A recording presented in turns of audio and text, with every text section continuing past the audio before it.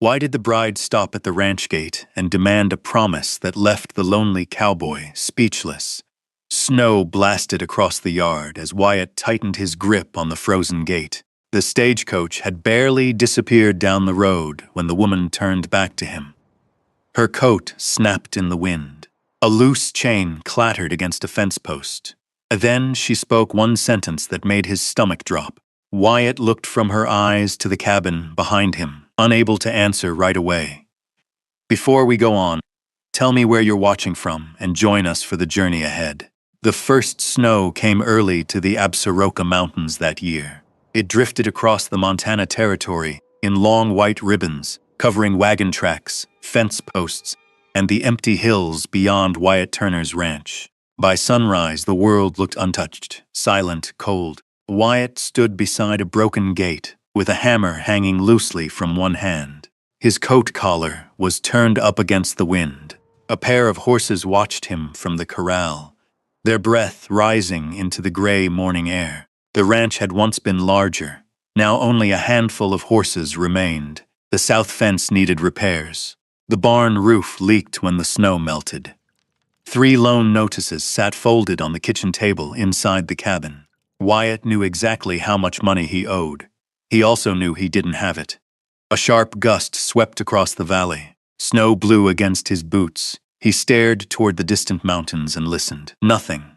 No wagon. No voices. No laughter. Only wind. For 11 winters he had lived alone. At first he told himself he preferred it that way. People brought disappointment. Solitude did not. But somewhere over the years the silence had changed. It no longer felt peaceful. It felt heavy.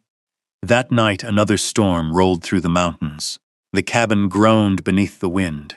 Wyatt sat beside the fireplace with a tin coffee cup warming his hands. The flames cracked softly. A lantern hung from a nail near the door, throwing long shadows across the room. Across from him stood an empty chair. It had stood empty for years. Without thinking, Wyatt glanced toward it. Then he looked away. Outside, snow struck the window glass. A strange thought settled over him. If he died tonight, nobody would know. Not tomorrow. Maybe not next week. The thought lingered long after the fire burned low.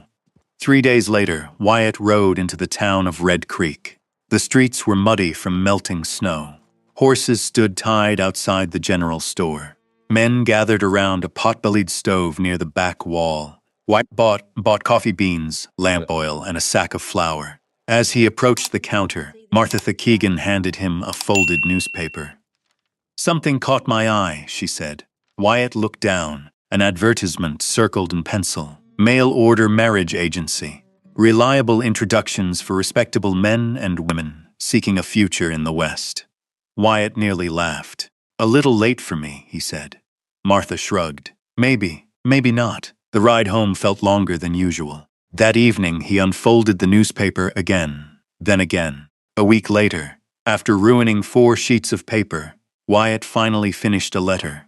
He wrote about the mountains, about spring wildflowers near the creek, about honest work, about the ranch. He never mentioned loneliness. Some things felt harder to admit than debt. 6 weeks passed.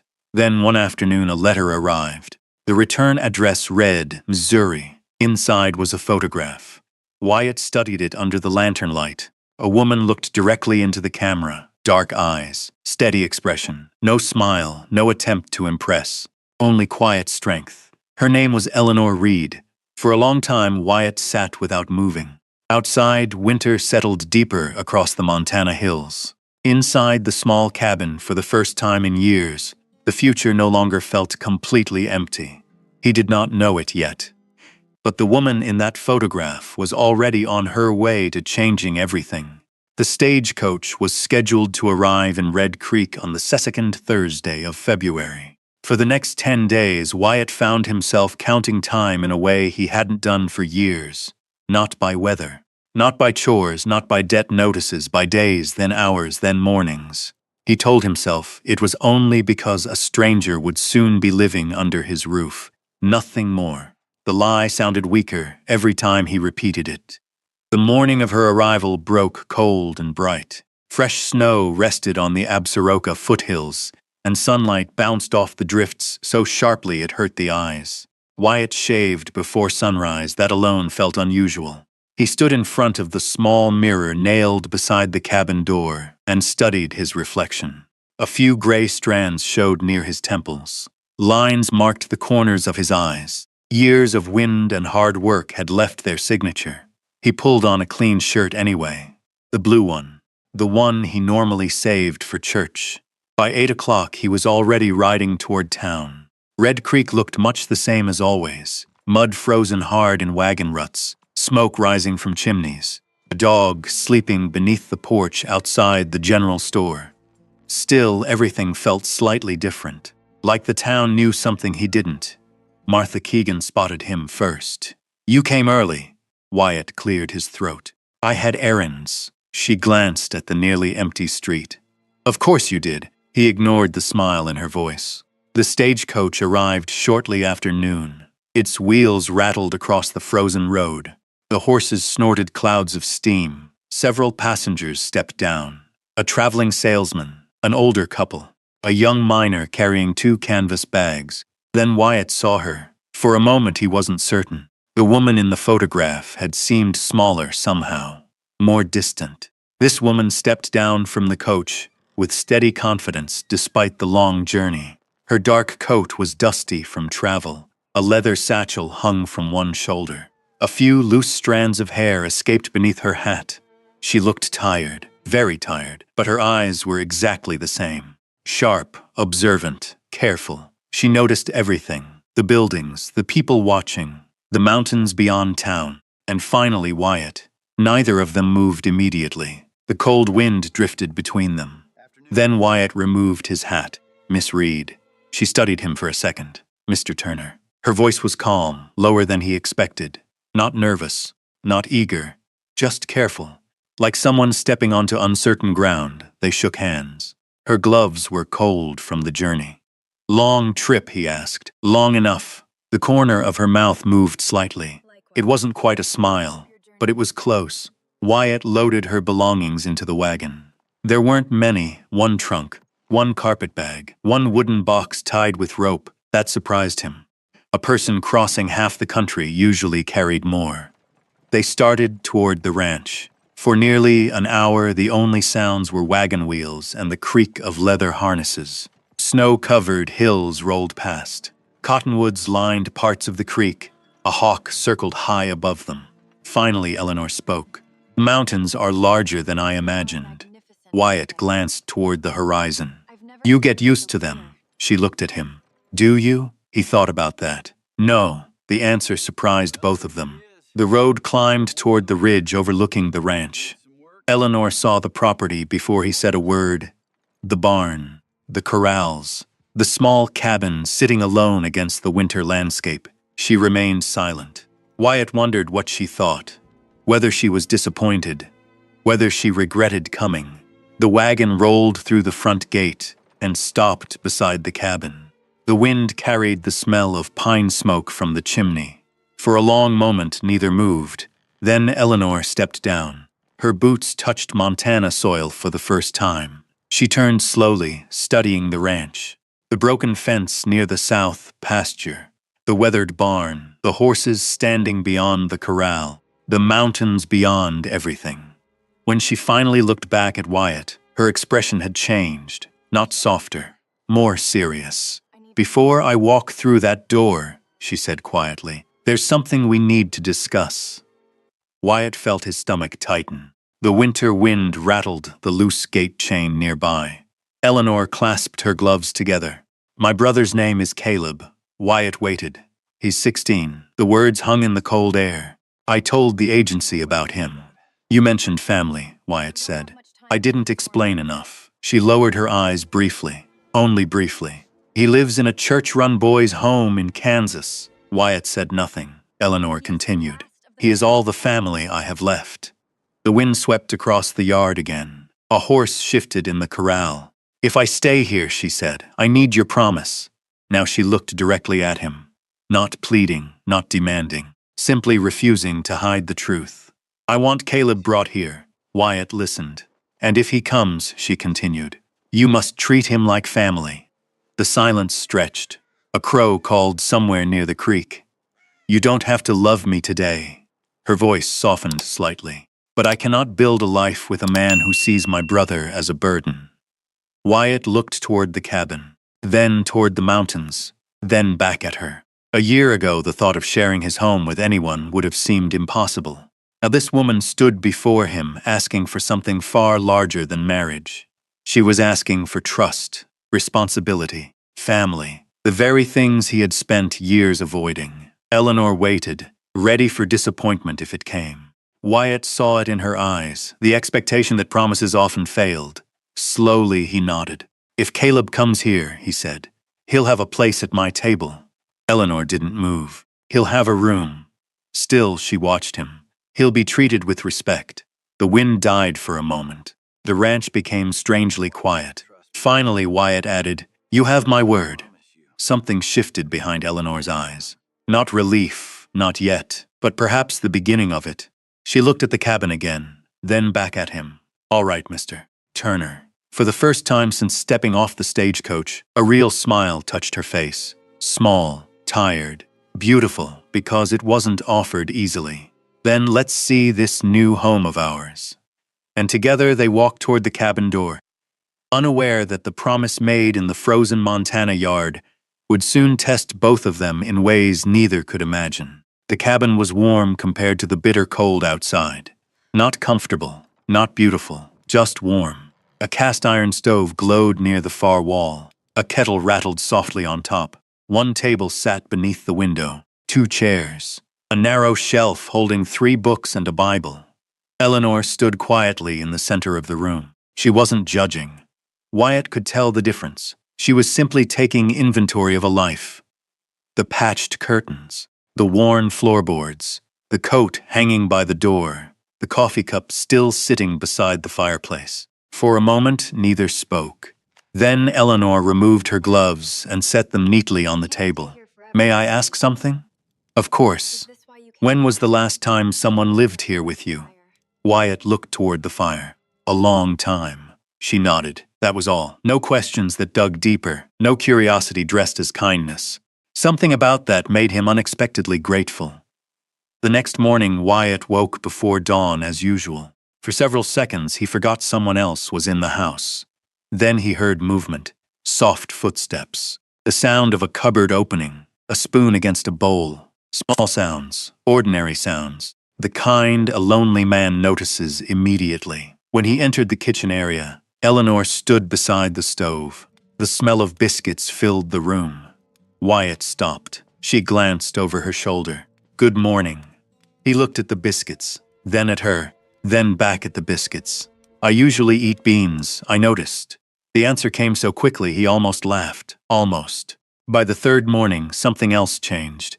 The table had a cloth on it. Nothing fancy. Just simple blue fabric. The window now held fresh curtains made from material Eleanor had packed in her trunk. A small tin can near the window contained dried flowers. The cabin looked exactly the same, and somehow completely different.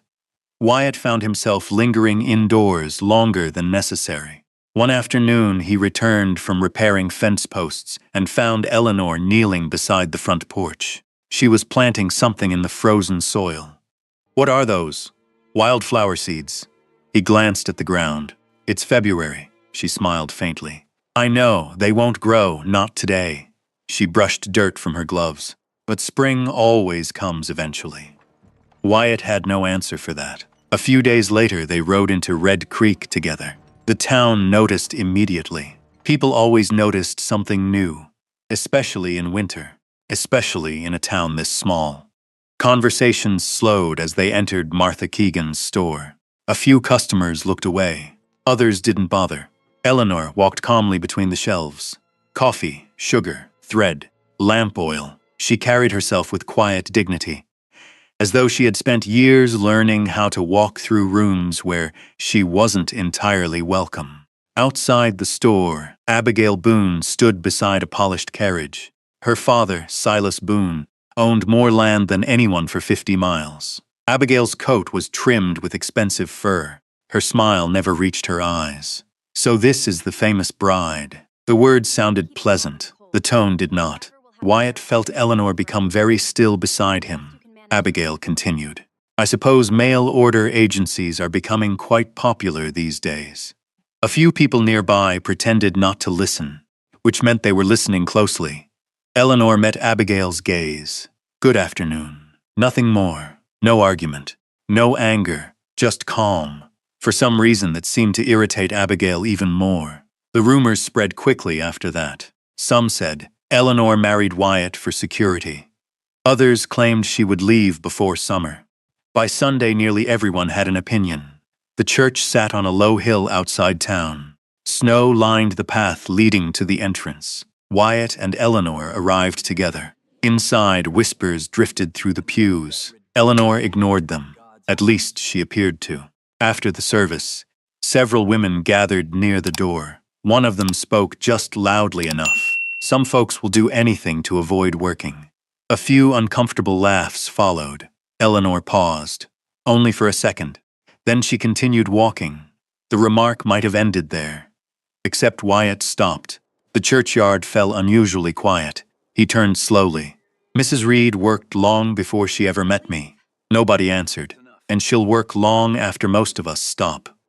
The silence deepened. Wyatt wasn't a man known for speeches, which made every word heavier. He looked around the crowd. If anyone has something to say about her, say it to me. Nobody did, not even Abigail Boone. A cold wind moved across the churchyard. Then Wyatt offered Eleanor his arm. Not because she needed help, because she deserved respect. For a moment she simply looked at him. Then she accepted. The ride home was quiet. The mountains glowed pink beneath the setting sun. Snow sparkled across the valley. When they reached the ranch, Wyatt noticed a section of the barn roof had come loose. Without a word, he climbed onto the structure, carrying a hammer and a bundle of shingles. The temperature dropped quickly as darkness approached. Below him, lantern light appeared inside the cabin window. He worked until his fingers went numb. When he finally climbed down, he noticed someone standing in the doorway. Eleanor, wrapped in a wool shawl. Holding a steaming cup, she walked toward him and offered it. Coffee, nothing else. No speech, no mention of the church, no mention of what he had done. Their eyes met briefly. Then Wyatt accepted the cup. The coffee was still hot. Later that night, after the lamps were extinguished, and the wind rattled softly against the walls, Wyatt passed the hallway leading to Eleanor's room. He noticed something unusual. The door stood slightly open, only a few inches, but open. He continued walking without comment. Inside her room, Eleanor sat quietly beside the small window, watching moonlight settle across the snow-covered yard. For the first time since arriving in Montana, she did not reach for the lock, and somewhere beyond the cabin walls, hidden beneath winter snow and silence, the first fragile roots of trust had begun to grow. March arrived with hard winds sweeping down from the mountains. The snow never seemed to leave completely. One storm would melt, another would follow. One evening, Wyatt spread a railroad timetable across the kitchen table. A lantern burned between him and Eleanor. Neither needed to explain what they were looking at. Kansas, Caleb, the promise. 2 weeks later, they left the ranch before sunrise. The trip was long. Train cars rattled through endless plains. Stagecoaches carried them across muddy roads. They spent nights in small boarding houses where the floors creaked and coffee tasted burned. When they finally reached the boys' home, Eleanor stopped walking. For a moment, she simply stood there. Then a tall, thin boy burst through the front door. He had her eyes, the same stubborn jaw, the same habit of studying people before speaking. Ellie. His voice cracked slightly. Eleanor crossed the yard before he finished saying her name. Wyatt quietly looked away. Some reunions belonged only to family. The ride back to Montana felt different. Caleb sat beside his sister, polite, respectful, distant, especially toward Wyatt. Every question received a short answer. Every attempt at conversation ended quickly. Wyatt didn't push. The mountains appeared on the horizon 3 days later. Caleb stared at them. They're bigger than I expected. Most things are out here, Wyatt replied. The boy nodded but said nothing else. Life at the ranch changed again. A third plate appeared on the table. A third horse stood in the corral. A third pair of boots sat near the door. Yet Caleb never seemed comfortable. He worked hard enough, fed horses, stacked firewood, helped repair fences, but something remained guarded inside him. One afternoon, Wyatt found him trying to saddle a young horse alone. The animal wasn't dangerous, just nervous. "You ought to wait," Wyatt said. "I know what I'm doing." The horse jerked suddenly. Caleb nearly lost his footing. Wyatt caught the bridle before things got worse. Embarrassment flashed across the boy's face. Then anger. "I don't need watching." Wyatt released the reins. "Maybe not." The answer only seemed to irritate him more. Later that evening, Eleanor noticed the tension immediately. Neither male spoke much during supper. The silence told its own story. Outside the ranch, other problems were growing. One morning, 3 horses disappeared from the north pasture. Another week, a buyer from Billings canceled a contract without explanation. Feed prices climbed. Money grew tighter. When Wyatt visited town, he found Silas Boone sitting comfortably outside the bank. The older man removed his cigar and smiled. "Hard season." Wyatt kept walking. "Sell the ranch," Silas called after him, "while it's still worth something." The words followed Wyatt all the way home. Then winter returned. Not gradually. Suddenly. A storm rolled over the Absarokas one afternoon, dark and fast. By sunset, snow was falling sideways. The wind rattled every window in the cabin. Caleb stared out the glass. "You never told me it'd be like this." "Nobody tells the weather what to do out here," Wyatt said. The boy rolled his eyes. Small thing. But after weeks of frustration, it was enough. The argument started over nothing. A chore left unfinished. A sharp comment. Another sharp comment. Then Caleb shoved back his chair. "You're not my father." The room went silent. Eleanor looked up immediately. Wyatt stood motionless beside the stove. "No," he said quietly. "I'm not." Caleb grabbed his coat and stormed outside. The front door slammed. Snow swirled through the gap before it closed. A minute passed, then another. Eleanor reached the door. The yard beyond it was empty. Only blowing snow remained. The color drained from her face. "Caleb?" No answer. The wind swallowed her voice. She turned toward Wyatt. Fear had already arrived before the words did. And for the first time since she had come to Montana, Wyatt saw panic in her eyes. Caleb was gone. And somewhere beyond the storm, a 16-year-old boy was alone in the mountains. Wyatt was already reaching for his coat before Eleanor finished saying his name. The front door burst open. Wind and snow rushed into the cabin. For a second, the world outside looked like nothing but white chaos. Eleanor grabbed his arm. "Please bring him back." Her voice was steady until the last word. Wyatt nodded once. No speech, no promises. Just a look that told her he understood exactly what was at stake. Then he stepped into the storm. The snow reached nearly to his knees in some places. Wind tore across the ranch yard and erased footprints almost as quickly as they appeared. He found Caleb's tracks near the barn. The boy had headed toward the northern ridge, the worst possible direction. Wyatt mounted his horse and followed. Hour after hour passed beneath a sky that seemed determined to swallow the world whole. Back at the cabin, Eleanor sat beside the window without moving. A lantern burned low beside her. The coffee in her cup had long gone cold. Every few minutes she stood and looked outside again. Nothing. Only darkness. Only snow. The clock above the stove ticked softly. Midnight came, then 1 o'clock, still nothing. Far beyond the ranch, Wyatt finally spotted what he had been searching for. A scarf, half buried in drifting snow. Caleb's. His stomach tightened. He followed the trail uphill. The wind screamed through the pines. Then he heard it. Not a shout, not a call, a faint sound, almost lost beneath the storm. Wyatt dismounted immediately. "Caleb!" No answer. He moved forward carefully. The snow beneath his boots suddenly gave way. A narrow section of earth collapsed into a hidden ravine. Wyatt dropped to one knee just in time. Then he saw him. 20 feet below, Caleb clung to a ledge beneath an outcropping of rock. His face was pale, his fingers barely holding on. Relief and fear struck Wyatt at the same time.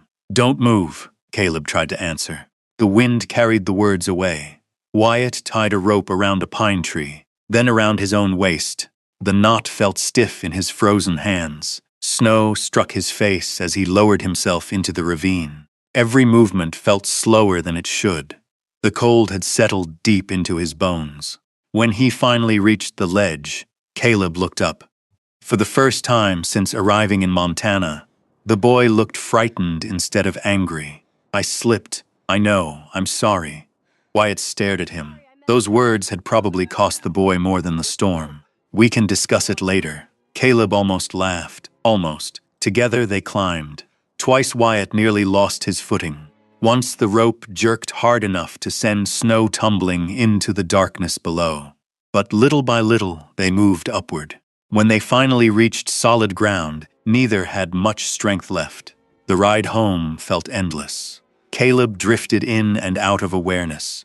Wyatt stayed upright through stubbornness alone. By dawn, the ranch appeared through the storm. A small shape stood outside the cabin, waiting, Eleanor. The moment she saw them, she ran. Neither horse had fully stopped before she reached Caleb.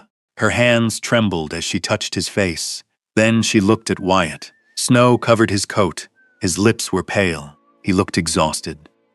"Get inside," she said quietly. The next several days passed in a blur. Caleb recovered quickly. Wyatt did not. The cold had settled deep into his chest. A fever followed. For nearly 3 days, he barely left the bed. Eleanor changed wet cloths, made broth, kept the fire burning. At night, she sat beside the stove, listening to the wind scrape across the cabin walls. One evening, she paused outside Caleb's room. The boy was staring toward Wyatt's closed door. "He came back for me." Eleanor looked at him. Caleb swallowed hard.